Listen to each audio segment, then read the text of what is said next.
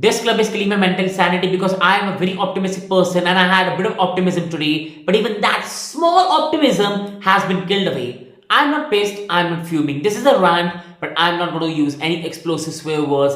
I'm just going to get straight to the fact and I'm going to ask people the question because we know Chelsea fans are going to protest. We know our fans are going to protest before the match against Southampton. And many people have been asking the question, Chelsea fans have no patience, we are too entitled, we are just not very patient. So I have the question for those people. Tell me, why should we trust this project? Just give me the right reason. And I will just say one thing. Please don't bring the Arsenal nonsense into it. Why? Because Arsenal project cannot equate into this one. They haven't spent 1.5 billion. They haven't gone there, sold 30 players, signed 30 players.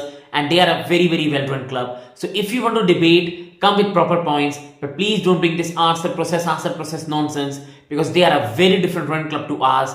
We have spent 1.5 billion and we don't even have a core lineup. Today what happened? Why did we lose the game? Because we have a young goalkeeper who right now is not ready to start Premier League games. And I have a lot of sympathy for Jorgensen. He was having a fantastic game. I don't want to go on the young boy. It's the mistake of the people above that after spending 200 million on goalkeepers, 7 goalkeepers, and not one is first team ready.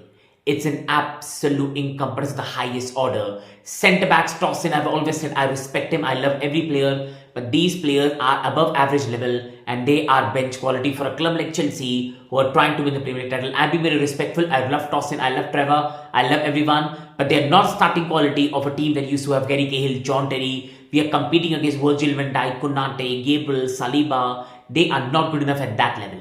And after spending 1.5 billion, we have no decent centre back. We have got Gusto, who was very good last season, but is an overlapping fullback. But now he's been misprofiled under the system, and any sort of confidence the boy had is gone. Cucurella is never good as an overlapping fullback. He's very good defensively, but never good really offensively. Then you go on to the midfield. Caicedo, Fernandez are being run down to the ground, and the only DM we have got is not available. I love Lavia, but Lavia is just never available, and then people say it's better than Rice. When you can't play, you cannot be better than anyone. And being very honest, I love Lavia, but we cannot just keep saying Lavia is going to be back, will be back very soon. When he will be back? And this is the problem we have. Only DM we have signed, and sadly he is not fit. Then you go on to the starting strikers. Jackson is a very good player. I love him to bits. But Jackson was a player who was a backup in Villarreal. He was signed for 35 million. Nobody expected him to straight away be Chelsea's number 1. Like people talk about Chelsea having a striker curse. Under this ownership, we have signed David Fofana, Washington, who are good enough for Chelsea under 21 squad. We haven't even signed proper strikers.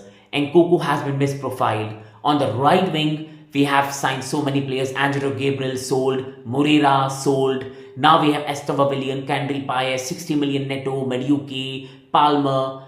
We are just having a money laundering scheme of players and nobody knows which player is going to be on the bench, who is good enough or not. Because once Esteban and Kendry come in, does Neto and Mediuki have future here? I don't even know. Like, where are we really going? And then people say trust this process. We go into the next season, I only see Levy Colwill starting because we have no other centre back. Most probably Cucurella, because again, who are we going to sign in the market? Nobody wants to come here right now looking at Kirkus. He can easily go to Liverpool. Robinson can go to Liverpool or even like Arsenal or some else. You go on right now to Caicedo and Fernandez. Then you go on to Jackson and Palmer. I can only see 6 players good enough to start next season, while we need to still sign 5 players after spending 1.5 billion. Like, be very honest. When you look at Arsenal's process, White, Saliba, Gabriel, Timber, Saka, Martinelli, Odegaard, Rice. These are proper stable players they've got. If they can add a Zubimendi and Isak next season, they are winning the league. That is what you call building a process. Look at the Liverpool team. That is how you build. FSG Kroenke don't spend a lot of money, but they have made their clubs valuable and still running them in the right way. Why should we believe this project? Where is the project going? Where is the direction? We don't have a stable squad. We don't have a stable identity. We don't even have a stable style of play. We don't even know where we are going. We keep on sacking managers every time. We keep on signing teenagers every time. Eventually, they are loaned everywhere. Where is this really going? So when you ask about the purpose of this protest, it should be about where we are going, not about blue go out. They're not going. Where are we really going? And today's match again, I can't even blame the manager. What is he supposed to do? He cannot go and teach goalkeeper to do the basics. He cannot go there and teach Cole Palmer how to finish. But to be honest, I feel for Cole Palmer. Why? because the man has been carrying this team. At some point, you get irritated, and people can see, Palmer, you're not playing well, get out. We'll be 9th or 10th in the league without him. And Palmer, Caicedo, Fernandez are the three proper quality players we've got in this team. And if this nonsense continues, they will leave very soon. Then what?